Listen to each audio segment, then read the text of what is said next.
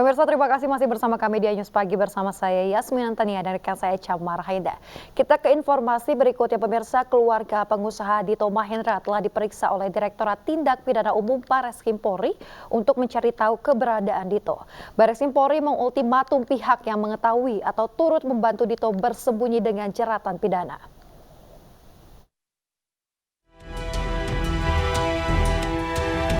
Direktorat Tindak Pidana Umum Barreskrim Polri masih memburu tersangka kepemilikan senjata api ilegal Dito Mahendra. Dari hasil koordinasi dengan pihak imigrasi, Dito Mahendra terdeteksi masih berada di Indonesia. Penyidik telah memeriksa keluarga hingga orang terdekat Dito Mahendra. Dari hasil pemeriksaan, pihak keluarga mengaku tidak mengetahui keberadaan Dito. Direktur Tindak Pidana Umum Barreskrim Polri Brigjen Pol Duhandani Raharjo Puro mengultimatum bagi pihak-pihak yang mengetahui atau terlibat dan turut menyembunyikan Dito Mahendra dengan jeratan pidana. Sejak awal kami sampaikan, kalau memang terbukti ada yang berupaya menyembunyikan, itu juga ada ancaman pidana tersendiri. Nah, ini terus, dan tim kami masih di lapangan untuk mencari yang bersangkutan. Bahkan beberapa polda sudah kami sampaikan untuk membantu untuk mencari yang bersangkutan. Sebelumnya, Dito Mahendra telah ditetapkan sebagai tersangka kepemilikan senjata api ilegal. Dari 14 pucuk senjata api yang ditemukan di rumahnya, 9 diantaranya tidak memiliki perizinan atau ilegal. Dari Jakarta, Rizky Falufi, iNews melaporkan. Pemirsa, Menkominfo Johnny G. Plate telah ditetapkan sebagai tersangka dalam kasus dugaan korupsi BTS yang merugikan negara hingga 8 triliun rupiah. Menanggapi hal tersebut, Mahfud MD meminta kejaksaan agar berhati-hati dalam menangani kasus ini. Kejaksaan Agung menetapkan Menkominfo Johnny G. Plate sebagai tersangka kasus dugaan korupsi pengadaan menara BTS 4G.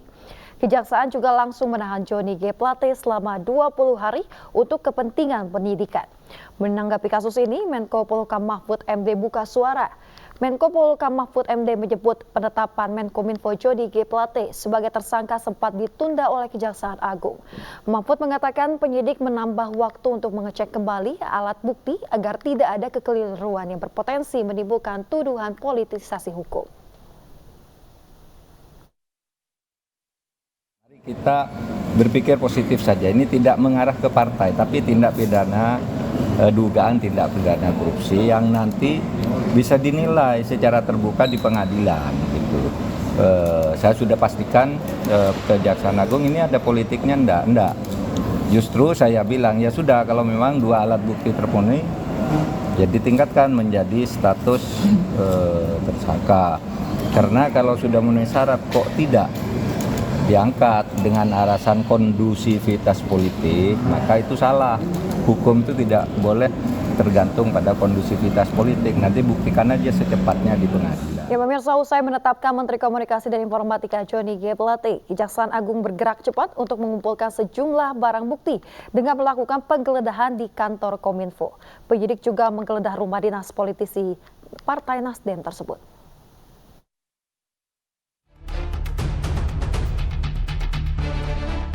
Sesaat setelah menetapkan Menkominfo Johnny G. Plate sebagai tersangka, penyidik Kejagung langsung menggeledah kantor Kominfo.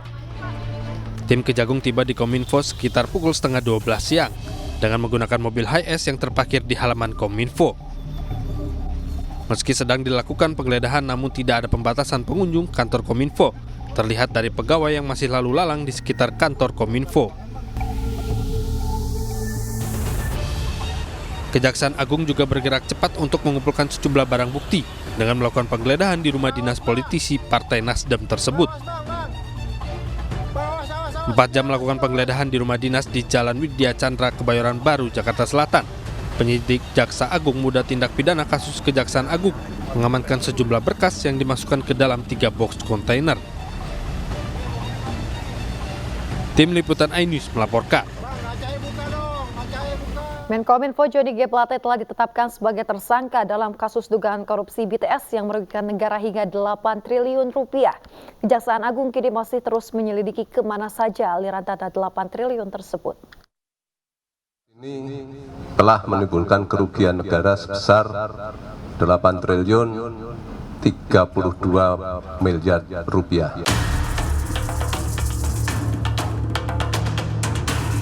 Kasus korupsi yang menjerat Menkominfo Johnny G. Plate menghebohkan publik, terutama terkait angka 8 triliun yang dinilai sangat besar. Dugaan kasus korupsi tersebut melibatkan Kementerian Komunikasi dan Informatika dalam rentang tahun 2020 hingga 2022. Sebelumnya, BPKP menyebutkan kerugian negara yang mencapai 8 triliun berasal dari 3 sumber. Di antaranya, biaya kegiatan penyusunan kajian pendukung, markup harga, dan pembiayaan BTS yang belum terbangun. Lantas, yang jadi pertanyaan saat ini, kemana uang sebesar itu mengalir? Dalam pemeriksaan awal, Kejaksaan Agung belum menjawab secara lugas. Kejagung hanya mengatakan masih akan terus didalami. Terkait dengan aliran dana dan sebagainya, tentu saja saat ini masih kita dalami dan nanti tunggu saja. Makanya kami juga setelah menetapkan tersangka ini, kegiatannya tidak berhenti begitu saja. Kita masih melakukan pengumpulan alat bukti yang lain. Sementara itu, Ketua Umum Partai Nasdem Surya Paloh menyambut baik rencana Kejaksaan Agung memeriksa aliran dana korupsi pembangunan BTS milik Bakti Kominfo. Surya Paloh bahkan mendorong Kejaksaan Agung membuka aliran dana itu secara transparan. Partai ini menginginkan transparansi yang seutuhnya. Sekali lagi saya katakan, transparansi yang seutuhnya. Periksa seluruh yang kemungkinan. Dari ujung kiri ke ujung kanan, dari barat timur, atas bawah, siapa saja yang terlibat. Periksa juga seluruh unsur yang ada di institusi manapun, termasuk Partai Nasdem ini. Nasdem welcome itu. Angka 8 triliun jelas sangat fantastis. Jika benar semua terbukti, negara diduga mengalami kerugian yang sangat besar atas kasus korupsi terkait pembangunan BTS yang tersebar di berbagai daerah. Publik pun kini berharap kasus ini terbuka selebar-lebarnya, terutama terkait kemana saja aliran dana uang sebesar 8 triliun tersebut. Tim Liputan iNews melaporkan. Pemirsa, sejumlah kasus korupsi dengan kerugian negara yang sangat besar ini pernah tercatat, juga pernah diungkap oleh Polri, Kejaksaan Agung maupun KPK.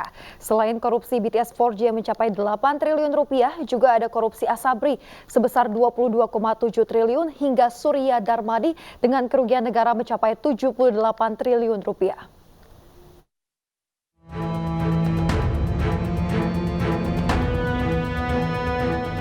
Mega korupsi besar-besaran lambat laun mulai terungkap. Sejumlah kasus korupsi dengan jumlah kerugian negara yang sangat besar tercatat pernah diungkap oleh Polri, Kejaksaan Agung maupun KPK. Tak tanggung-tanggung, total kerugian negara yang dilakukan oknum tak bertanggung jawab nyaris menyaingi dana yang diselewengkan banyak pihak dalam kasus BLBI kala krisis moneter 1998. Adapun korupsi terbesar di Indonesia diantaranya Surya Darmadi yang mencapai 78 triliun rupiah. Bos produsen minyak goreng merek Palma ini terjerat korupsi kegiatan pelaksanaan yang dilakukan PT Duta Palma Group di Indragiri Hulu. Kerugian negara akibat penyalahgunaan izin lokasi dan izin usaha perkebunan.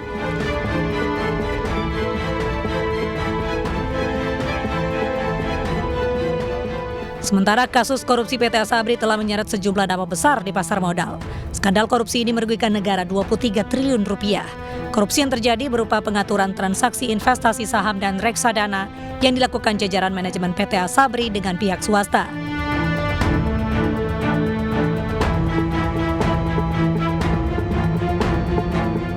Permasalahan Jiwasraya dimulai dari manipulasi laporan keuangan yang dilakukan lebih dari 1 dekade lalu.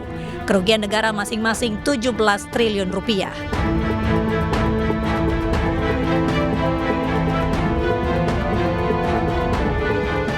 Skandal mega korupsi pada penjualan kondensat oleh PT TPPI sebesar 37,8 triliun rupiah membuat mantan Kepala BP Migas Raden Priyono dan mantan Deputi Finansial Ekonomi dan Pemasaran BP Migas Joko Harsono divonis 12 tahun penjara. Salah satu terdakwa bahkan menyebut ia hanya melaksanakan perintah Yusuf Kala. Terakhir, kasus korupsi yang menjerat Menkominfo Johnny G. Plate menghebohkan publik, terutama terkait angka 8 triliun rupiah yang dinilai sangat besar. Tim Liputan iNews melaporkan. Beralih ke informasi lain, pemirsa, Menteri Pertahanan Prabowo Subianto diberi pantun dan didoakan menjadi Presiden 2024 saat mengunjungi Masjid Istiqlal Jakarta. Kehadiran Prabowo ke Istiqlal merupakan undangan dari Badan Komunikasi Pemuda Remaja Masjid Indonesia.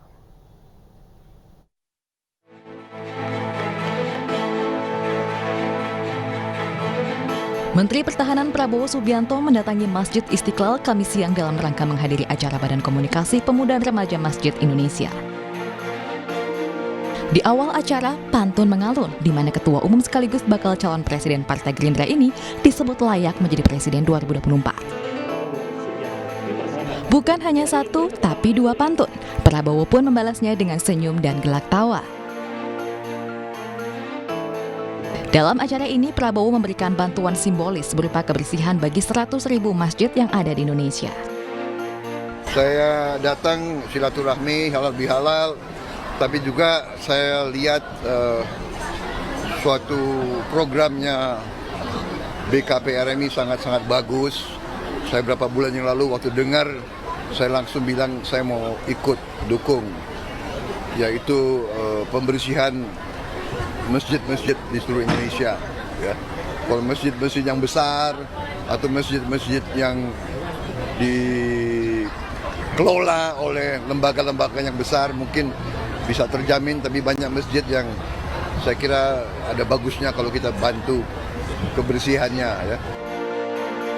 Usai acara, Prabowo menjadi rebutan warga yang hadir untuk berfoto bersama. Dari Jakarta, Tim Liputan iNews melaporkan. Pemirsa, menjelang pemilu 2024, pengurus DPP Partai Perindo meninjau langsung pemberkasan bacalek di berbagai daerah. Setelah melalui seleksi yang ketat, para bacalek yang memiliki kredibilitas dan juga integritas nanti akan berjuang meraih simpati masyarakat di pemilu mendatang.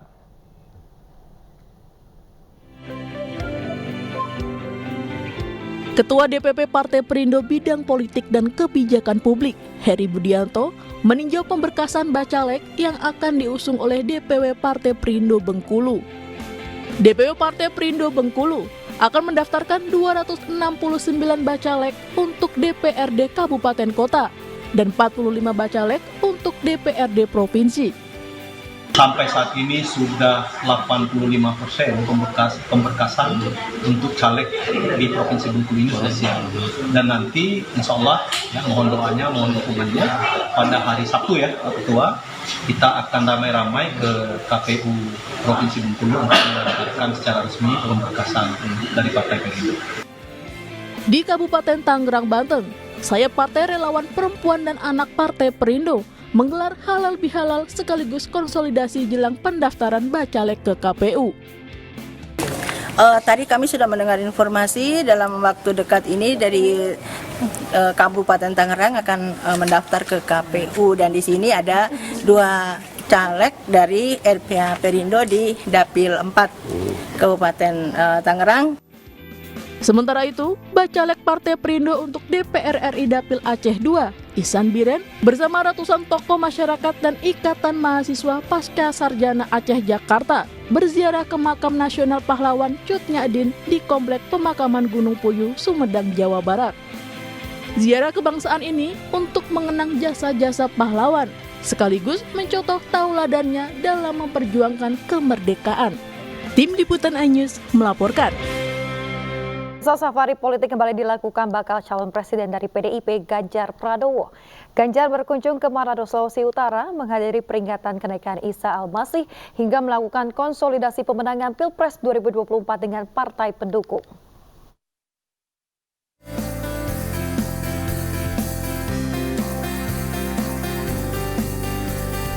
Baca pres dari PDI Perjuangan Ganjar Pranowo mengawali safari politik di Manado, Sulawesi Utara dengan berolahraga di kawasan Megamas, Kecamatan Serio, Kamis pagi. Kehadiran Ganjar langsung disambut hangat warga yang berebut ingin bersalaman dan bersuah foto. Tingginya antusias warga, Ganjar pun menyampaikan terima kasih kepada seluruh warga. Selanjutnya, Ganjar berkunjung ke DPW P3 Sulawesi Utara di Kecamatan Paal 2 Manado untuk bersilaturahmi dan halal bihalal. Di sini, Ganjar juga mengkonsolidasi kekuatan untuk pemenangan Pilpres 2024. DPW P3 Sulawesi Utara menjadi markas kader P3 kedua yang dikunjungi Ganjar setelah DPW P3 Jawa Barat pada akhir pekan lalu. Sedang melawat ke Sulawesi Utara, Ganjar juga menyempatkan menghadiri peringatan kenaikan Isa Al-Masih 2023 di Auditorium Bukit Inspirasi di Kota Tomohon. Ganjar menyampaikan selamat memperingati hari kenaikan Kristus kepada seluruh umat Kristiani. Dari Bukit Inspirasi, Ganjar juga berkunjung ke Biara Karnel OC di Santa Teresia dan bertemu dengan 14 suster yang mengabdikan diri untuk masyarakat. Setelah Jawa Timur dan Jawa Barat, Ganjar kembali mengkonsolidasi pemenangan Pilpres 2024 di Sulawesi Utara. Konsolidasi diikuti ribuan kader PDI Perjuangan yang diadakan di Manado Convention Center. Ganjar meminta seluruh kader merapatkan barisan dan mendulang dukungan sebanyak-banyaknya dari tingkat paling bawah hingga teratas.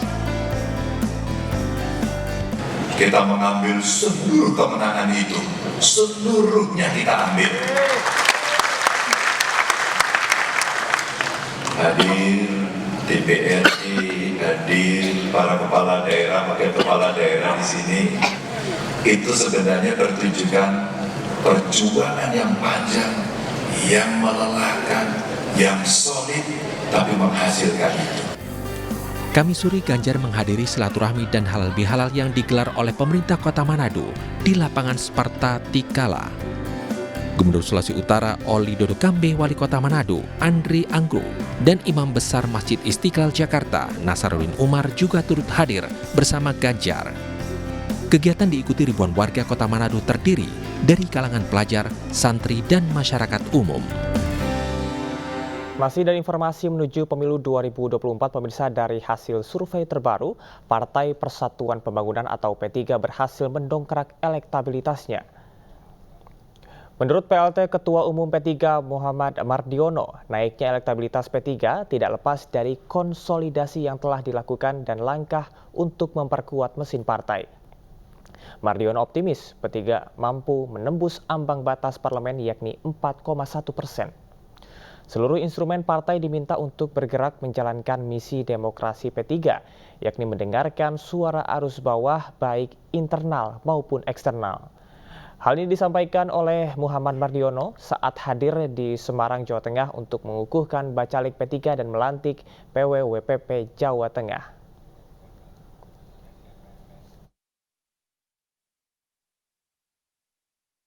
Lembaga survei yang merilis bahwa P3 4,1%. Artinya apa yang kita kerjakan itu sudah mendapatkan pengakuan ya oleh rakyat, pengakuan oleh umat bahwa perjuangan P3 untuk menuju pemilu